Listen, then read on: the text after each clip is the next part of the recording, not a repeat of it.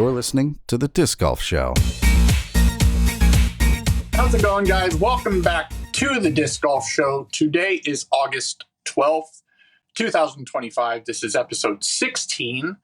We had to start over because apparently I can't get through the intro.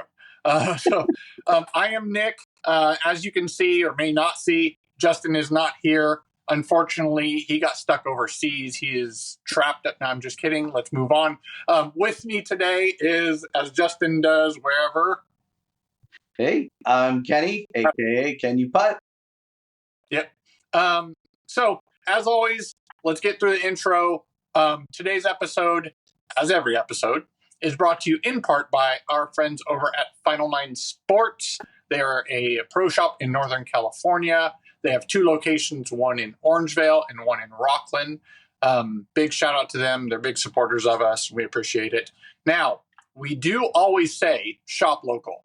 Your first choice, go local, right? However, if you go to your local pro shop, we have a remedy for if you cannot find those products that you do want and they are not at your local pro shop. In part, sponsorship as well of the show is Disc Golf Deals USA. If you go to our affiliate link, which is discgolfdealsusa.com/discgolfshow, you will get 10% off your order.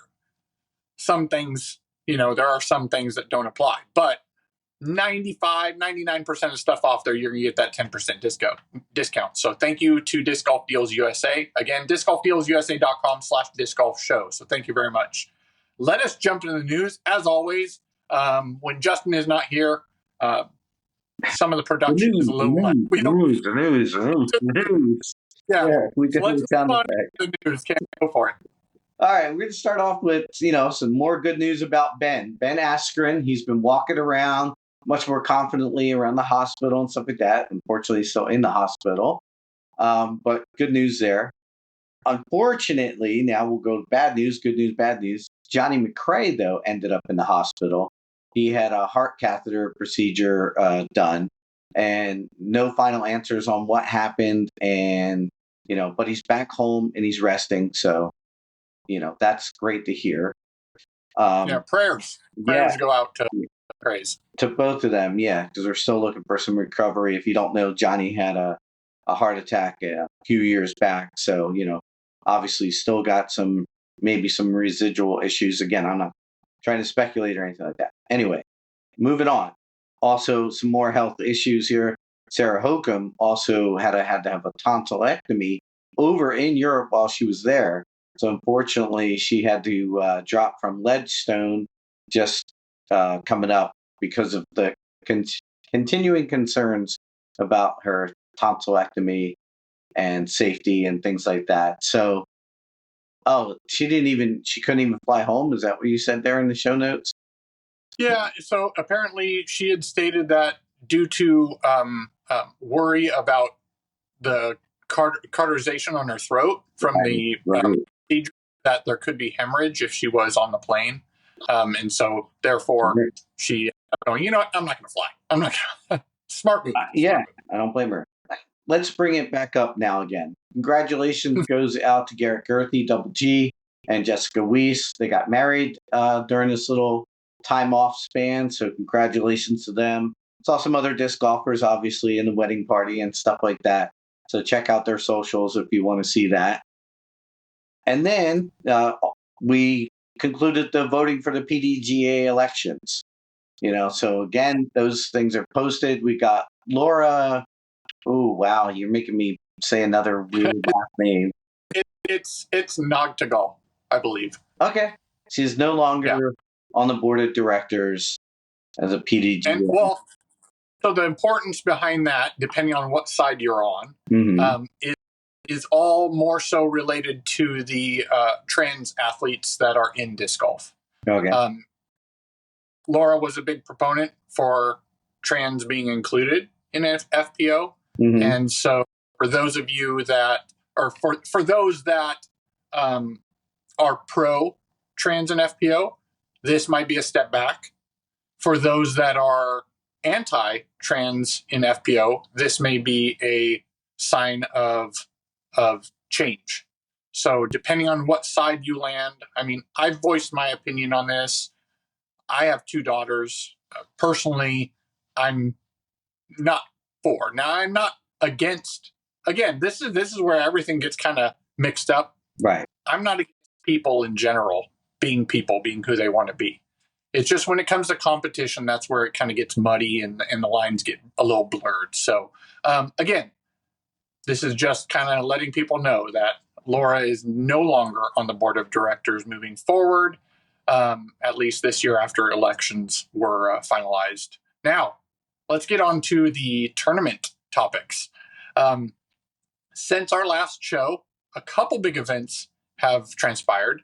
The main one, it's tough to say main one for me on this because the other one that we'll get to is technically bigger overall, but I don't know if it's bigger within disc golf specifically.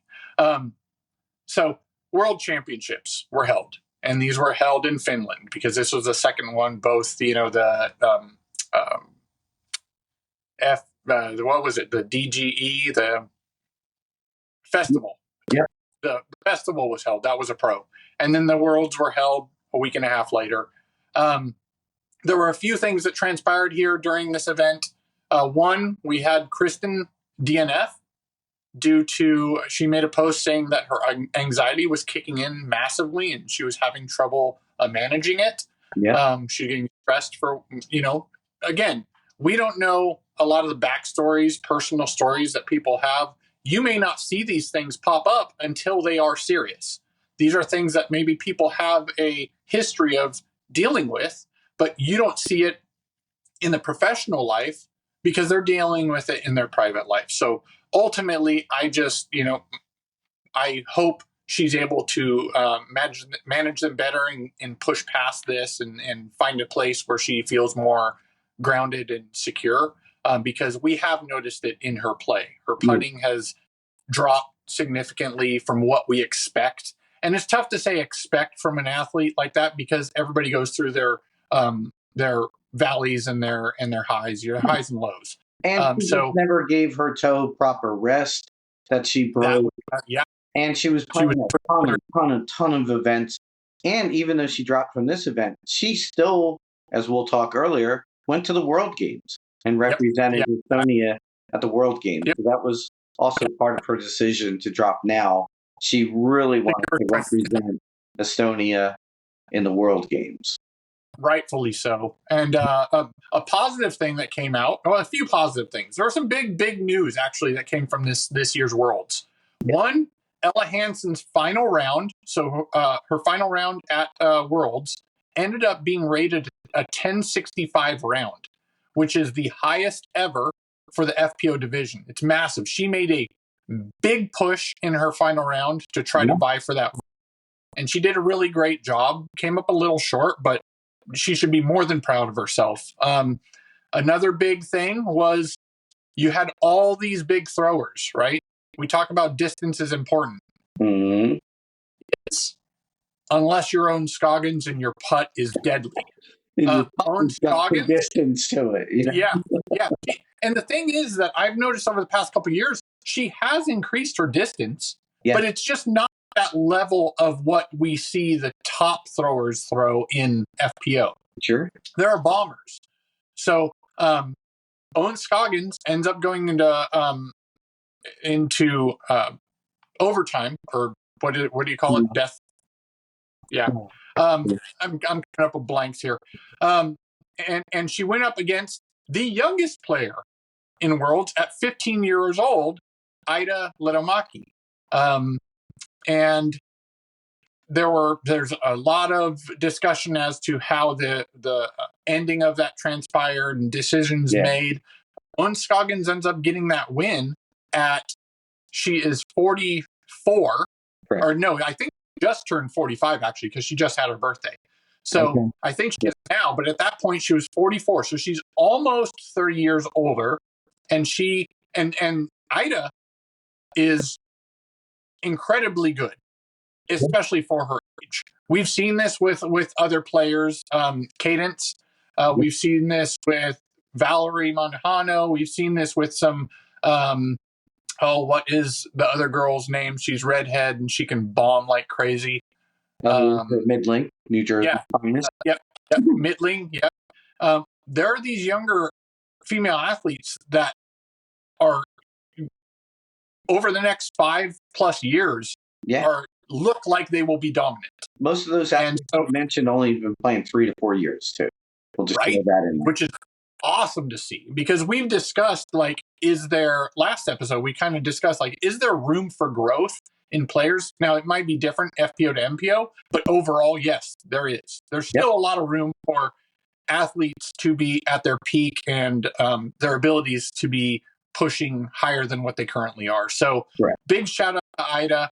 But Owen Scoggins did end up getting that victory. And not only did she have the World's Champion FPO, she now has both the Masters Worlds and the Worlds in the same year, which is amazing for her. Like, big shout outs to Owen. We all love Owen. She's a big positive influence on the course, and we hope to continue to see her at the top. But one thing I did want to state is that with all that conversation going on about how Ida handled the playoff, she has made posts now stating that she's blocking out the hate. She's blocking out the questions that are popping up, her decisions, and she's extremely happy with her play. She played an average of 994 disc golf, when that is 50 points above her rating. So at a major, she's playing fantastic. And she also stated that over this season, she's had 3 second-place finishes and 2 fourth-place finishes. So she's obviously on upwards trend in her disc golf game. So yeah, I see us. If you're throwing any hate towards her because you think she made a math mistake or anything like that, in that final hole, that's a decision that's still gonna, as much as she's trying to push it aside, it's gonna haunt her. Of course, it's gonna haunt. It'll be there. But let's just, again, like you stated, Nick, let's focus on the positives here. On how young she is and how she pushed through World Champion in front of that crowds, which again, we haven't even really touched on.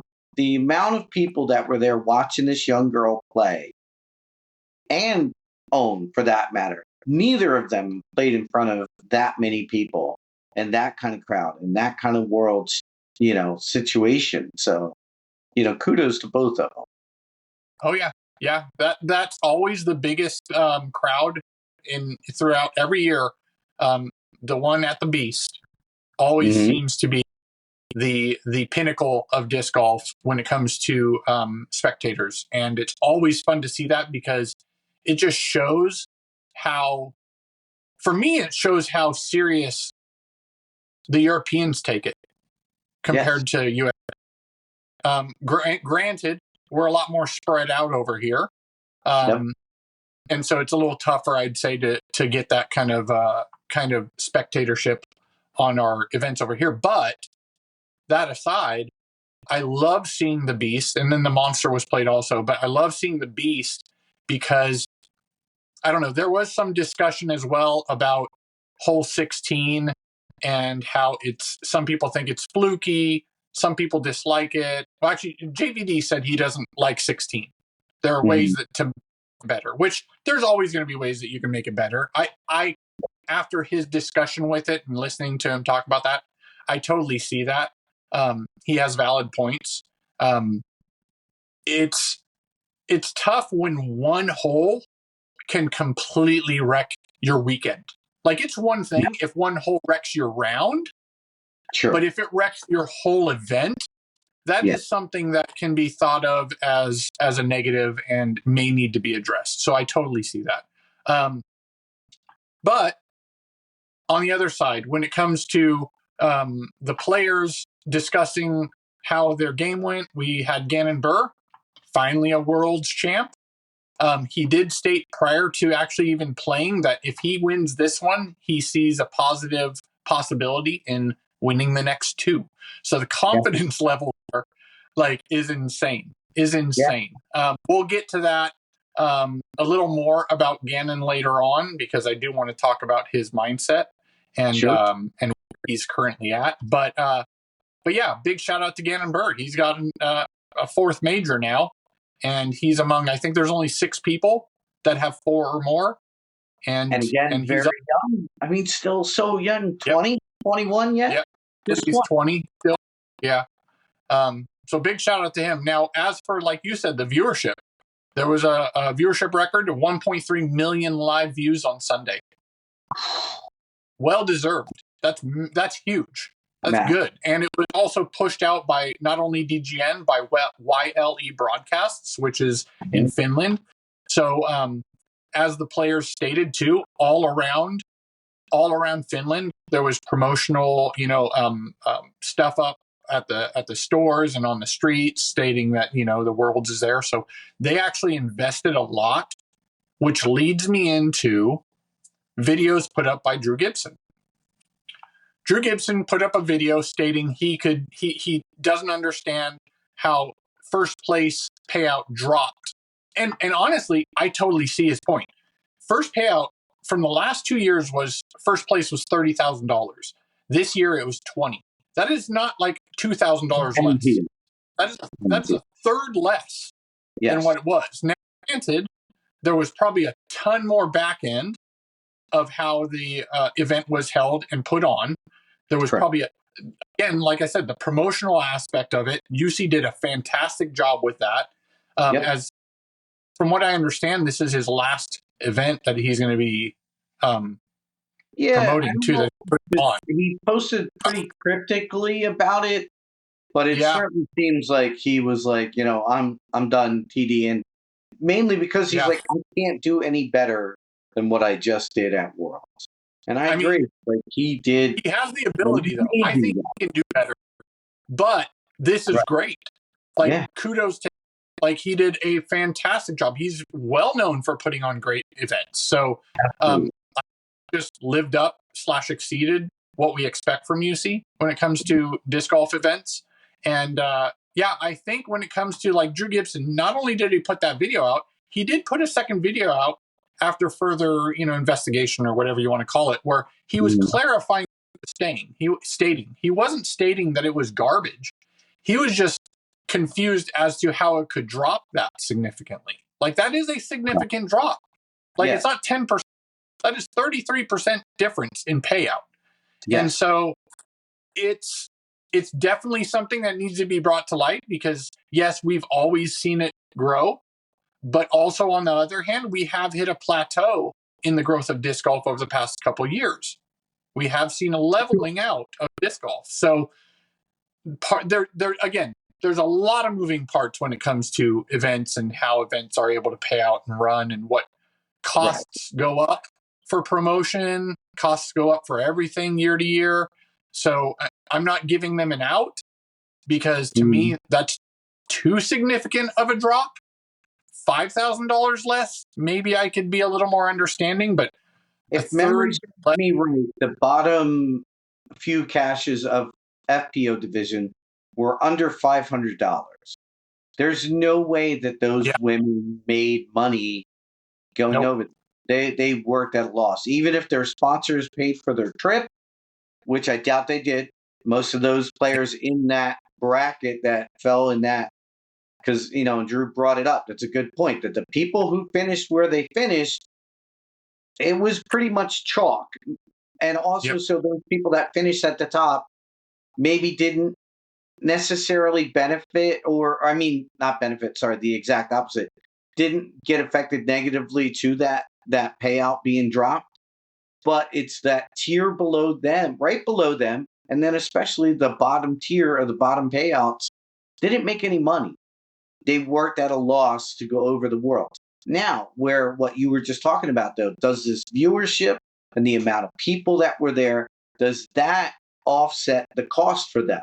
Were they over there hustling discs, making new fans on socials, things like that now are going to elevate themselves up to be able to offset the cost? Now, it may not even be immediate. It may not be like they're coming home now. It's positive because they sold so many discs, or they, got a new sponsor because they all of a sudden went from 5,000 people on Instagram to like 15,000 or whatever. I would have loved to have Drew, since he's always talking about, and he knows obviously the pros that were there. I need to hear from those lower end tiered pros. I want to hear that, what their give and take was for it. Well, Was the reason? so I there's don't want also to drag it out or anything like that. yeah, but no. But there's also another side to this that I think about is for those top players, right? As much as we're talking about the cash involved, right. you know that title means more than the money. True. Absolutely. Because it's more in the future for negotiations for sponsorship. Having that ranked top 3, top 5, top 10 even, that goes towards, like you said, maybe not now, but future. Now, the other thing I do want to state before we move on is a lot of recognition needs to go to all these players that go over there and do operate, as you said, at a loss, because they're doing it and it's going towards the growth of disc golf. That, for the viewer, for those who love disc golf, honestly means more, because that will in the future blow these purses up more and more. Yes. Because they're putting in that work early, even though it's, as much as we now think, oh, look at where disc golf is, we're still very much in the early stages of the sport. Oh, absolutely. We've been around for what, 60 years? Yeah. That's not a massive amount of time.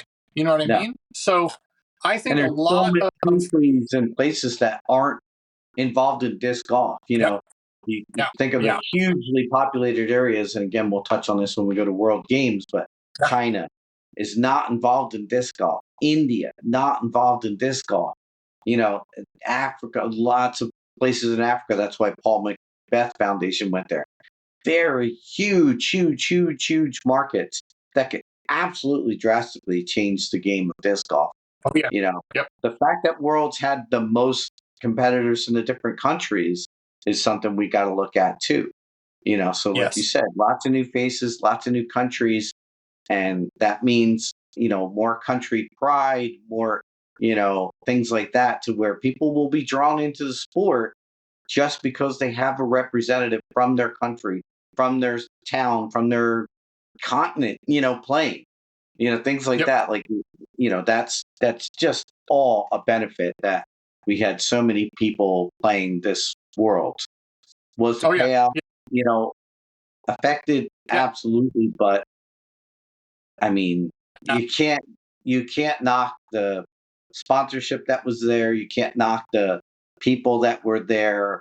The experience that they had and things like that were phenomenal. The exposure that it got, just. So again, with Drew's videos too, you can't knock him. He's bringing to light issues that need to be brought up, and whether they're super important to you or not, an issue. And whether there's a perfectly good reason for it or not, well, it's good to find out. So, kudos to him for making those videos. I know that can be polarizing to some people. I like it because it brings up conversation. So big shout out to Drew Gibson on his videos. And as we were discussing, as you were stating, with World Games, we'll move into that. We had 16 nations, so obviously 32 athletes, because there was a male and female athletes from those nations. And it was held on a course, a 12-hole course. So it was a shortened course, kind of like very park style, from what I understand. The few things that I saw was very open, fairly open, or big bombs up and over trees and stuff like that. There was one unique one where there was like a not monument, but like just a artistic sculpture where they had to throw through it. There's this big circle. That was unique. And it was held at, I'm definitely going to slaughter this, Zhuxi Ecological Park. I'm going to go with Zhuxi. I don't know if that's right. Comment down in the lowers if that's wrong. And honestly, it's no surprise. Ken, who won? Who won this one? The Gannons, Gannon Burr and Missy Gannon, won the gold. And like you said, no surprise there. Did love the Yeah. gold medal, let me tell you. Again, I'm a big Yep. component of that. I saw they had the podium things, But I think to your I'm point, down 2 with weeks ago, this is where it's it World should be. Games. Yeah. Yeah, this Yeah. is where it should be. But Let's yeah, see. And in second place, we had Finland's Evelina Sullivan. Again, no surprise there with her partner. Ooh, Nestor. Nestori The story. Yeah. Tukkanen. And then let's I'll see. slaughter for you, Ken. I'll Yeah, slaughter. I'll take the names. Who won So bronze here? Go what ahead. was interesting here is bronze was kind of the where all the drama took place because they had ended up going into overtime, Yeah. and it was between Latvia and Estonia. So we had Kristen in silver from Estonia, and we had Latvia, Elizabeth Paksina, and Reiners. I'm thinking it's Reiners Balodis. Overtime, Latvia was able to eke it out. Yeah. Kristen missed a putt outside of where Elizabeth was, and Elizabeth drained her putt, and the Lots did not make the podium. So again, still, I'm sure there was extenuating circumstances with Kristen. Yeah. She can't just closet it when it's been affecting her so recently. So again, not giving her excuses, just stating the facts. But there was talk about Bjerkes, PDJ, right? Doug, talking with the people who run World Games about making sure that disc golf stays in the World Games. And I think he said 2029, which I believe it might be in Germany, I think.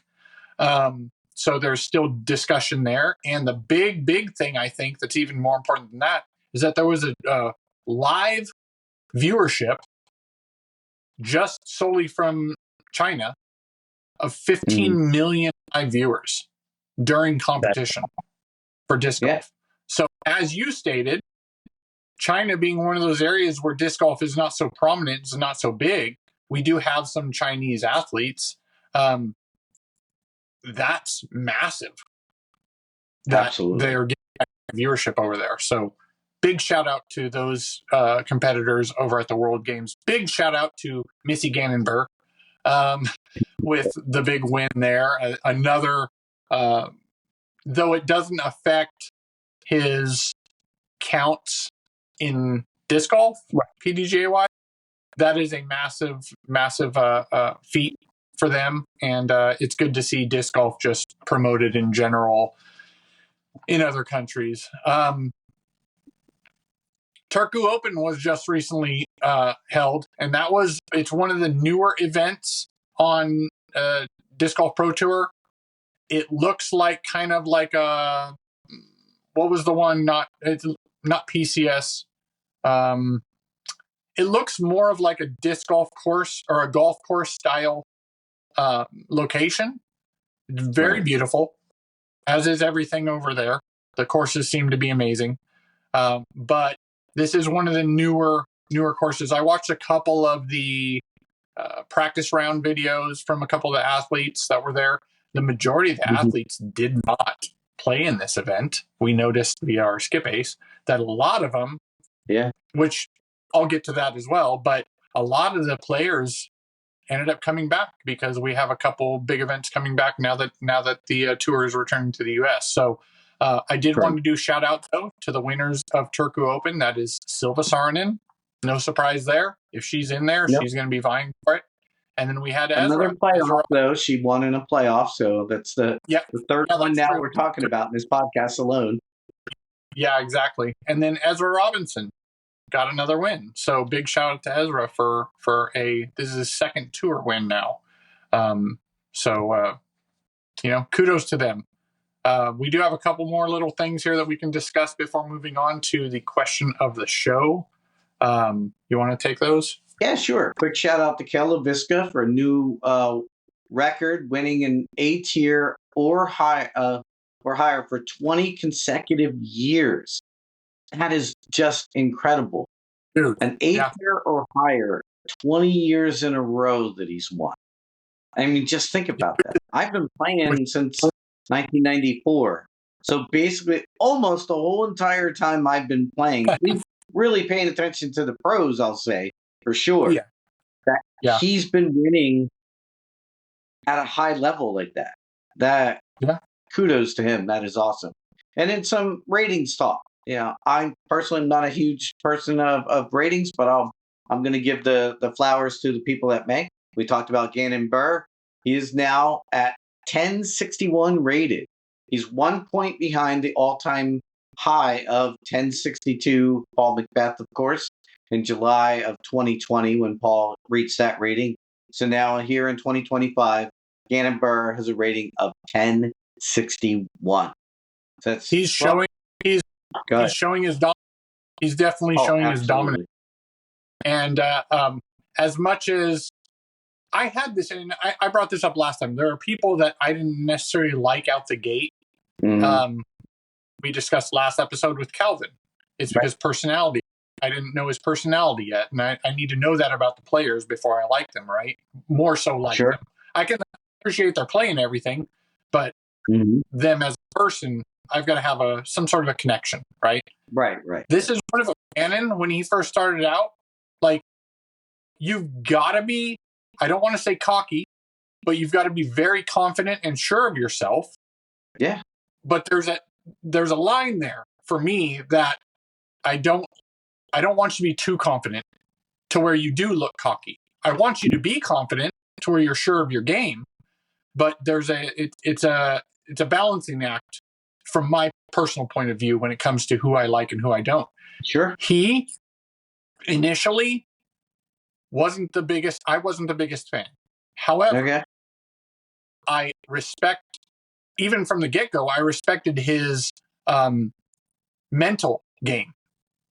He had it down. And once I started seeing more of his personality come out, and as he's matured over the past few years, like I can't not like him. I can't not like him. He's pushing the bar currently how Macbeth did previously. And it's good to see that because you won't get growth without that bar being pushed. Right. So he's taken it on his shoulders, and he has the confidence, as stated previously. He's looking forward to the next two worlds now that he's won one, that he's the one to be taking that torch, and I hope it continues. It's a tough bar to reach, though he is pushing the bar currently. He's still got that bar of Macbeth and Climo to hit, lifetime wise, career wise. But that's good to have that because that helps you push yourself anyway. And out of that, you will be able to push the game forward. So big shout out to him. I think reason being one reason why I stated that is that him taking the torch, there's a 12-point difference between his current player rating and second player at 1049, which is Calvin Heimberg. And that means there's literally nobody in the 1050s right now, which is weird to say. So that's strange to see because I went on PDJ and I just looked up just straight overall ratings, and it jumps from 1049 to 1061. So that's, I mean, you can't. Well, there's almost always been somebody in the 1050s, for the longest time, Yeah. But outside of that, there's 12 people.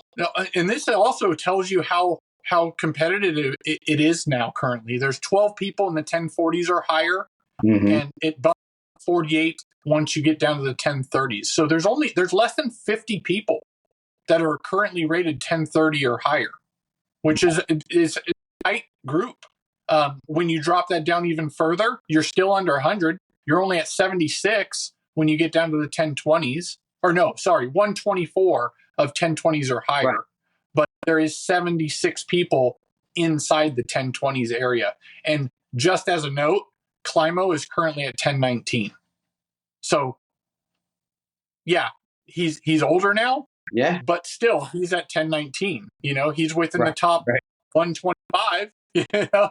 So yeah, it's interesting. I wonder how will at this rate 1062 won't be the highest ever player rating at this rate. How things are moving and how Ganon's playing. Right. How high that can be pushed. We'll see over the future, within the future. That could always be pushed depending on how ratings change. Will it be changed overall? Because right now ratings are a topic of discussion when it comes to why ratings are the way they are. Like you said, honestly, I don't put value in the rating itself. I put value in how the person's playing the event. And that's what I look at. Okay. But when you want, I am a numbers guy too. So I like to see these things because it does kind of explain some stuff, but how those numbers are generated is what's in question. So do courses have a specific rating for the course, or do you do this rating based on round, which is there's arguments on both. There's arguments on both sides. But yeah. All right, guys. Well, let's move on to disc golf conversation. This is our question of the show. So put in your little musical information here for transfer. Disc golf conversation question is disc golf in the Olympics a necessary goal to have for the sport? And yes or no, why? Do you think it's extremely important for us to concentrate on getting disc golf in the Olympics? And I'll give my quick short answer is yes. I think it's important to get in the Olympics for reasons we already stated in the podcast today, just to get that world viewership exposure that we have. Some of the only times I watch certain sports are when they're in the Olympics. Judo. I love mixed martial arts. I watch mixed martial arts all the time. Weightlifting. I really focus on watching the Olympics in weightlifting, and I love weightlifting. I've competed in weightlifting, albeit only once or twice. I've still competed in it. I've weightlifted most of my life, despite my round shape. I love powerlifting. I love those competitions, but especially tuned into the Olympics for those things. A lot of the track and field events that I watch, I only ever watch during the Olympics. Again, I'm dragging on a little further. My point being that disc golf, I think, not only should we push it for the Olympics, it needs to be in the Olympics. Now that we have so many countries playing disc golf, I think it only makes sense that if we were allowed in the World Games, that we should be allowed in the Olympics. There's enough countries to be represented to have it in the games, and it's only going to get more exposure for the sport, more understanding of the sport, and see that it is a sport. Because again, as we saw and we talked about a month ago, that Jimmy Fallon, Brad Pitt thing, we got to get that stigma off of the sport. And if you want that stigma to change, it's got to be pushed into the World Games, into Olympics, into, more countries and more eyeballs, things like that to grow. I think, legitimacy is a big goal for disc golf, having it being seen as, like you said, a sport. I always try to refer to the players as athletes. I try not to call players. They're full-on athletes.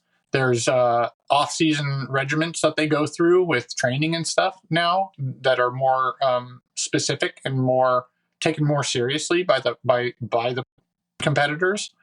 I think having the Olympics is a great goal to have.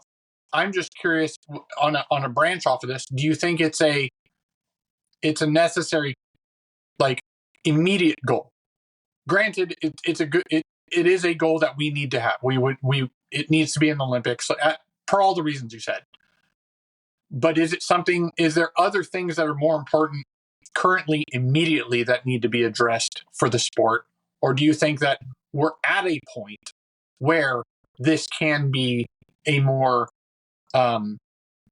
a more serious point of interest for the sport. Does that change your thought process at all? I think the immediacy is actually the most important it could ever be. We just talked about the numbers that we got in Finland of people watching the sport. We were just in the World Games. I think the faster and the quicker we get into the Olympics, especially with the Olympics only being every 4 years, the quicker, the better to ride that momentum. Because if we wait, it's at least going to be 8, 12 years. That momentum will completely be gone. And it'll be one of those Olympic sports where people are like, why is disc golf an Olympic sport? Like you hear about certain, events, and I'm not going to mention any because again, my opinion is different than others, and it doesn't matter. What my opinion is. I think we need to ride the momentum. We need to get it into the Olympics as soon as possible. Yeah, I think you're right. I think hitting the iron while it's hot is definitely important. Take advantage of like you said, the momentum. It's definitely something that you need to concentrate on now. Yep. And because like you said, if you wait too long, that opportunity might be missed. So yeah. Let's move on to gear and equipment. We have another question, but we can save that for next episode. Gear and equipment is brought to you in part by, gear and equipment is brought to you by discgolfdealsusa.com/disc golf show. Big shout out to our friends online at Disc Golf Deals USA. Get that 10% off on your orders.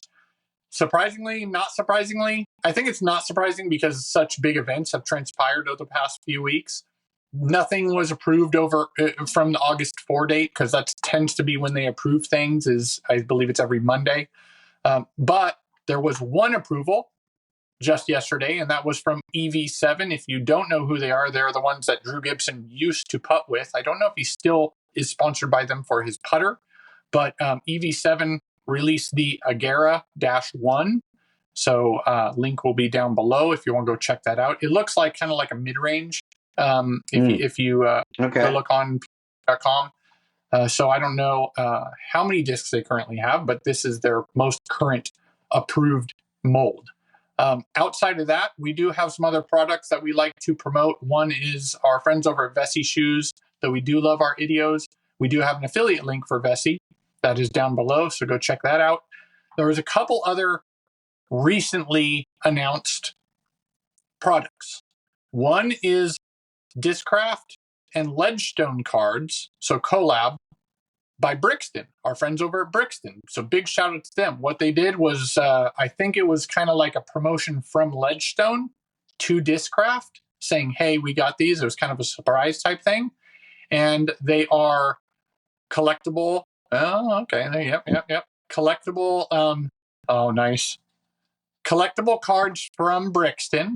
And they are specifically Discraft/Ledgestone. And what I mean by that is there's a lot of products. They have a lot. The majority of the cards in there are disc related. So they say the name of the disc and some information on it.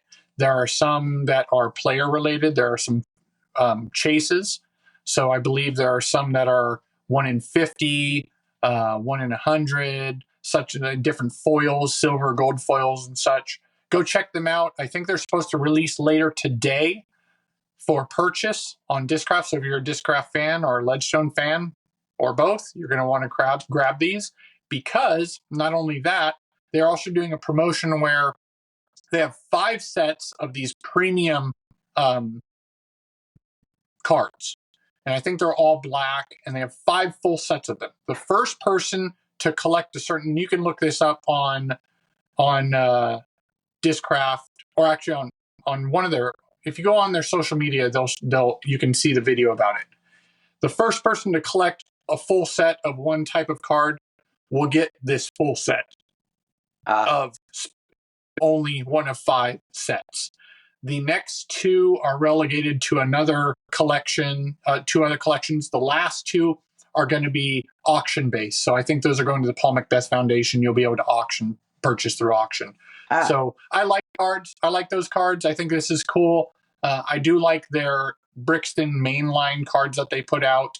and I'm looking forward to the set that they release, just specifically on disc golf as a whole, not necessarily manufacturer based. But it's good to see these things, varieties coming out, more collector stuff. Yeah. The other thing is that Discmania. I just saw a recent post from, I believe it's Another Round, the guy who runs Another Round.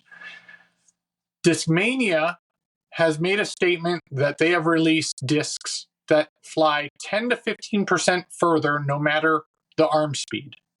And what they did is what they're stating is that they're reducing the weight of the flight plate and putting that weight into the rim, which results in a disc that spins longer.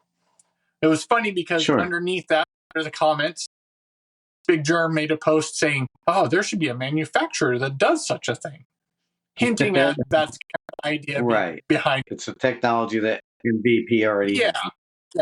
But if that's a technology that is advantageous to the athlete, why wouldn't you adopt that thought?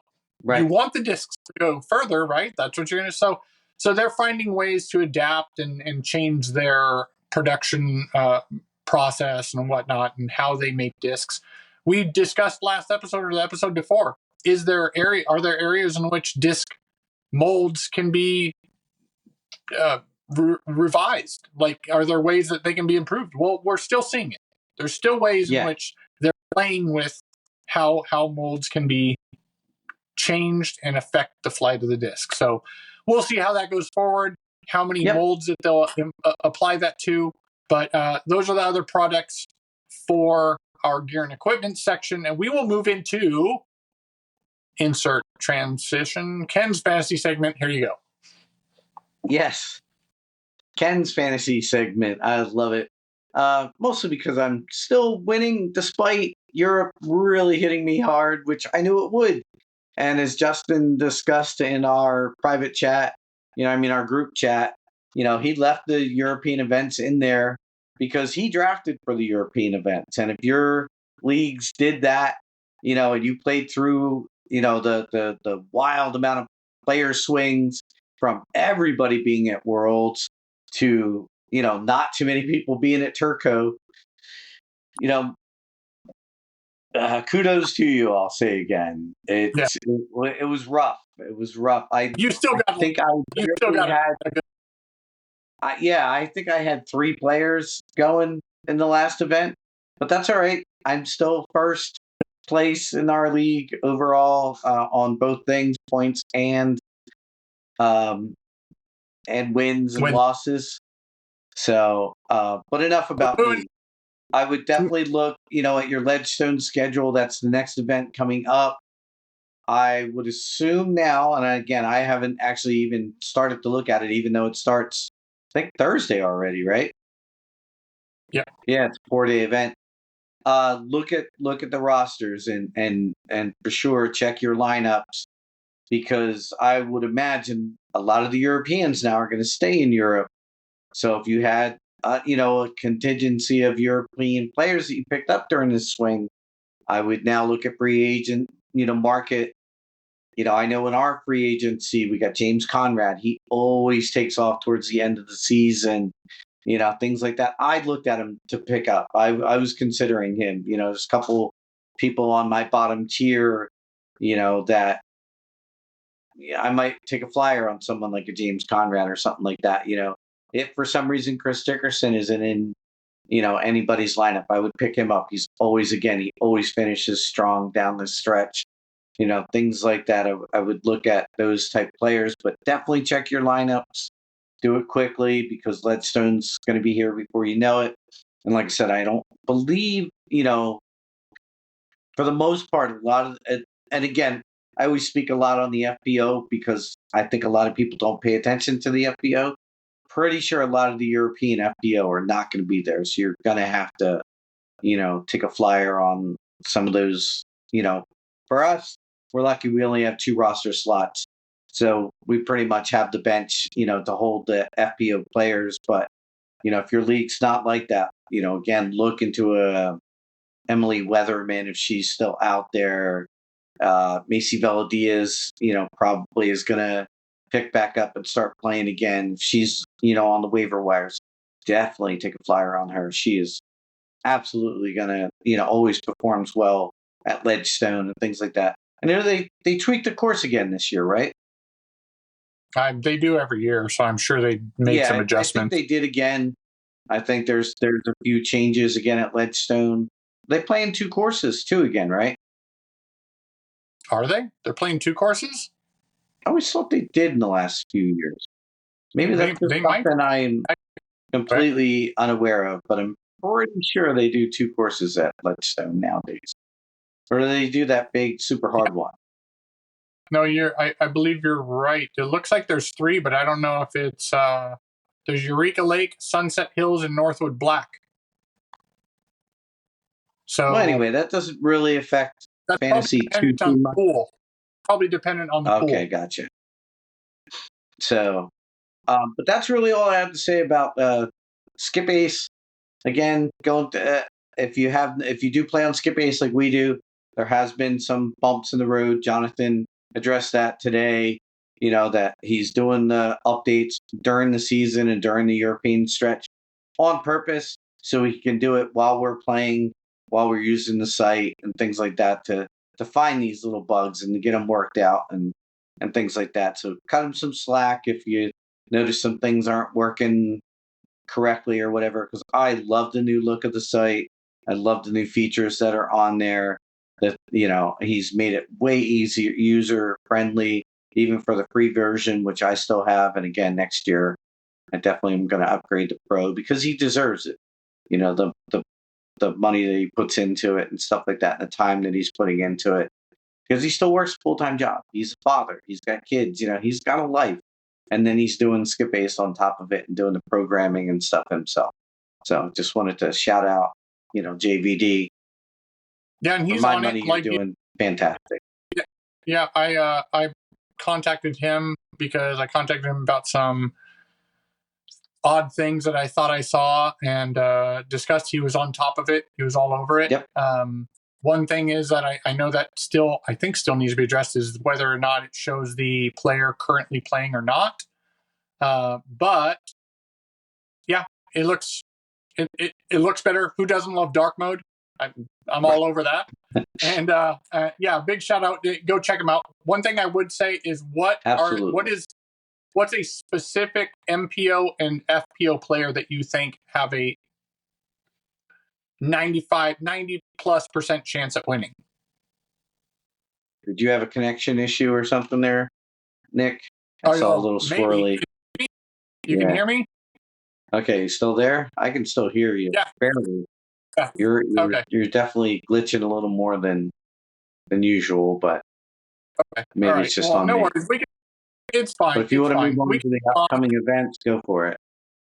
Yeah. Upcoming events, as we always touch on, we have August 14th to 17th, which is just... Oh, I think he's gone. He's frozen on my end. So I don't know what he mentioned. I know in the upcoming events for me, we've got August 14th through the 17th. Like we said, Ledgestone is coming up. August 22nd through the 24th, we've got the LWS Open in Idlewild. That's always a good one. Idlewild is always very well attended and everything like that. We've mentioned it throughout the podcast. September 12th through the 14th, the Canadian Championships. It's a Disc Golf Pro Tour Q Series. And then September 20th, Throw for More campaign, last day of summer, Paul Macbeth Foundation collaboration. And let's see, looks like Nick is back, so I'll let him talk more about the Throw for More campaign if you're there. Anyway, it's in our show notes. If you want to see these events that are coming up, absolutely do that and check out an event for yourself.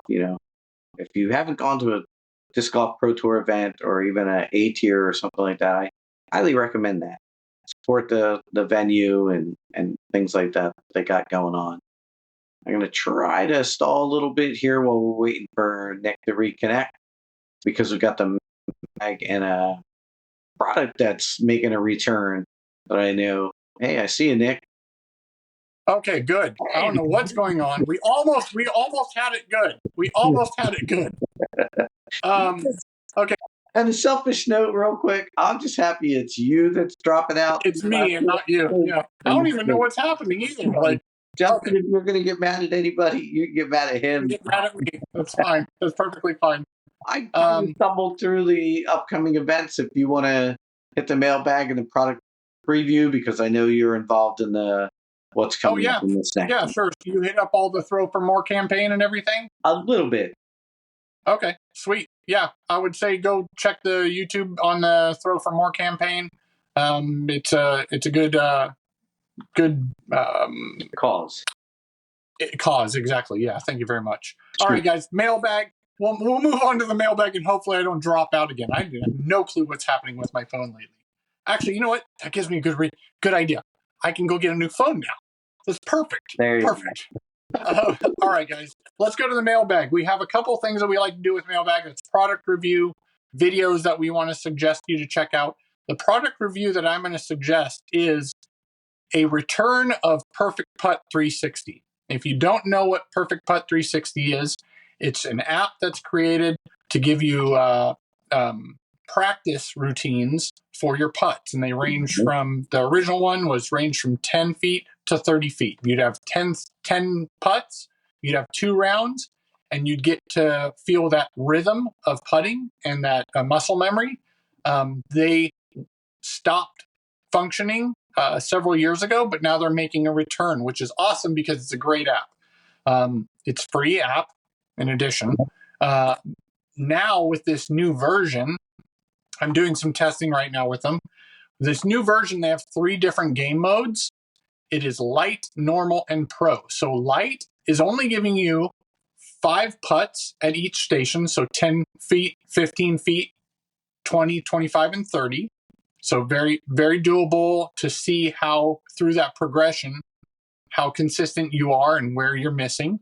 There's normal, which is the original, 10 throws from each of those same locations. And now they have a pro, which kicks it out further. No pro is worried about their 10 or 15 foot putt. So what they've done for pro is they've pushed it from 20 to 40. So 20, 25, 30, 35, and 40 foot putts. Within those putting areas, those stations, at each of those rounds, those game modes, you can get bonus points. So if you make your first putt out of the 5 or 10, you get a bonus point. You make your last putt, you get a bonus points depending on the distance. So that varies as well. And if you get all putts made, you get a bonus. So it's really cool. That's why through the normal and pro at 10 throws each, Perfect Putt 360. 360 is the perfect score. So you do what you can with that. The other features that they put in there is there's comprehensive performance tracking and analytics. There's streak tracking, and there's achievements that you're going to be able to celebrate for milestones and such, which is really cool because it makes it kind of into a game for you outside of just practice putting. Yep. I think that's really cool. I did go through each of those game modes. They're great, whether you're beginner or pro. And then once you do more than one in normal or pro, you're going to start to see your trend of how you're doing. I think the additions that they've made to this are awesome. I think they're going to get a good support for this app. Like I said, it's going to be called, or it was called and is returning with the same name, Perfect Putt 360.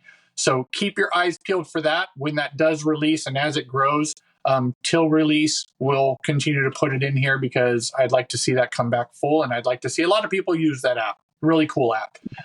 I agree. Great for your putting routine. Kind of gets boring after a while. Especially if you're just kind of trying to go through the motions.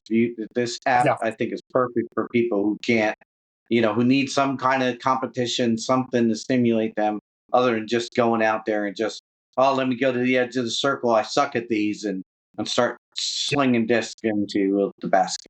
Well, yeah, and starting at those closer spots, that gives you kind of a confidence boost for the further you go back. You go, okay, then in your head, you're just thinking, I just need to throw a little bit harder or a little bit higher, depending on your putting style. I think that it also gives you the stats for your first putt and last putt. So it gives you percentages on if you hit every single first putt or every single last putt or a mixture or whatnot. There's a lot of analytics going into it, which I always, again, I'm a numbers guy. I like to see that stuff. So big shout out to Perfect Putt 360. The other items that we want to discuss are a couple videos for you. The first video that I thought I'd throw in here was the practice round from MVP. That is with Simon Lizotte, Eagle McMahon, and Silva Saarinen. You get to see a little more personality with Silva. Yes, you do. But she's still so stoic. She doesn't have like, and again, part of it is probably in her confidence in English. That's probably a big part of it. But like, Silva's amazing to watch play, so that's a big plus. Right. And you get a little bit more personality in that. Go check that out. The link is going to be down below. On that note, real quick, I know we're running long. It's okay. To prove your point on Silva, she did a practice round in her native tongue with a native speaker, and it was just her and another gentleman, and they went through, and she was smiling, cracking up, and all that. Again, I watched a few minutes of it because I didn't understand the language barrier, but I watched it just for that point of Silva's personality is there. She's just got to be comfortable, So, I think the language is 90% of it, honestly. So, there you go. But anyway, that makes complete sense. Right. And then the video that I submitted that we have the link for here is, any of you don't know, I'm a huge, metalhead from way back when, also, into punk and things like that. So I happen to, and I'll state this first, is I happened to meet this gentleman on the disc golf course. He was super humble, did not say who he was, just asked if he could play around with us during leagues. And I saw the tattoos, and again, having a big interest in the music scene, I recognized some of the bands that were tattooed on him, his image, his demeanor. And then I keyed in the one quick thing he said. He goes, Innova just sent me these discs, so I'm still not quite sure how they fly. And right away I went, are you a sponsored player through them? He goes, well, yeah, I'm a celebrity sponsored player. And I said, so let me guess, you're a musician. Yes. So Dennis, and again, I should know his last name. I think it's just Lixon is kind of how the Americans pronounce it. He pronounces it different. Has done now his second collaboration with Innova Disc. This one is for his band Refuse, which is the band he's most famous for. They put out Refused is, and I'll edit out the word, dead. They just did their last tour through the States and everything. So unfortunately, if you missed them, you missed them. They're retired now, but they have a disc that they did collaborate with Innova, which was the Thunderbird, right? Am I reading that right? Yes, Thunderbird that they did. I ordered the disc. I can't wait. I'm going to get it on Friday. It's a shame we're recording on a Tuesday, by the way, if you guys don't know. I'll have it on Friday. But I jumped at it as soon as I saw that it was a collab with Dennis, and the fact that I actually played a couple rounds with him. And he mentions in his collab video that I have linked here that he likes to just play with random people, in between gigs and stuff like that as he goes out. And I happen to be one of those random people that he played with twice. We had such a good time on the course the first time. He had mentioned like, hey, I'm doing rehearsals, on such a day. After I'm done with rehearsals, I'd love to get out and play. And I ended up picking him up and everything and taking him to the course and playing another round, just him and I. He's so humble, such a cool guy. Never let on that he, played in front of hundreds of thousands of people and all that. But anyway, I'm rambling. I'm going on. Check out the video. Support if you want. I think it's awesome, again, to get disc golf into celebrities' hands because, again, it's another way to grow the sport. I'm glad that Innova does some celebrity sponsorships and things like that. We've talked about that in the past, so please check out that video, check out the disc. Yeah, you definitely need celebrities in addition, just for outreach purposes. It's good to see them do those. There's a big cross between music lovers and disc golf, and it's awesome. It's awesome that they do these collabs, like kind of out of the blue sometimes. And big shout out to Refuse and Innova. So another collab. All right, guys, that brings us to outro.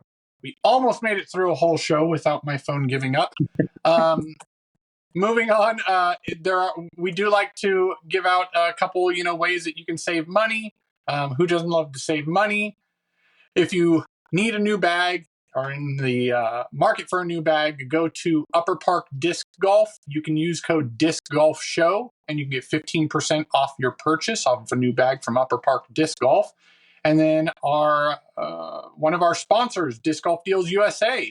If you cannot find the disc that you need at your local pro shop, because we love to promote local, go to discgolfdealsusa.com/discgolfshow, and you can get 10% off of your purchase. Some things apply. But yeah, those two. And then big shout out to our partial sponsor for the podcast, Final Nine Sports. If you have any issues, problems with what was discussed, you can send me hate mail at nick@discgolfshow.com. Bring it. Can at discgolfshow.com. But if you have any topics you want us to discuss, any things that you think need to be talked about, you can send emails to theshow@discgolfshow.com. Again, thank you to Final Nine Sports. 2 locations, one in Rocklin, one in Orangevale, Northern California, Disc Golf Deals USA and Upper Park Disc Golf. And before I move on, please subscribe, click that notification bell for future videos, and hit that like button. It's very much appreciated. And so for Ken, Justin, or so, and I, in disc golf as in life, aim high and let it fly.